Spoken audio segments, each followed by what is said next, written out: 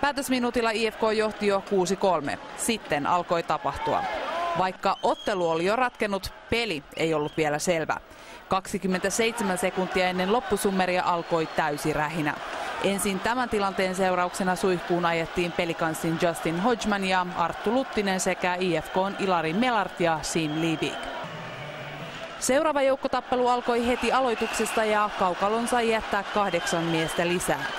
Ja vielä ennen päätöstä toisistaan mittaa ottivat Aaron Brocklehurst ja Eetu Pöysti. Samalla Pukukopin puolelle ohjattiin päävalmentajat Kai Suikkanen ja Petri Matikainen. Yhteensä suihkukomennuksen ottelussa sai siis 14 pelaajaa ja 2 valmentajaa.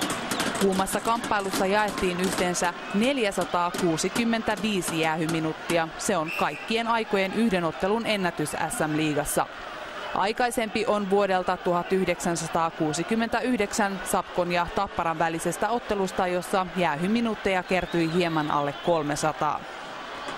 Ennätysten kirjaan nimensä kirjautti myös Pelicans, kun sille kirjattiin kaikkien aikojen yhden joukkueen jäähyennätys 240 minuuttia.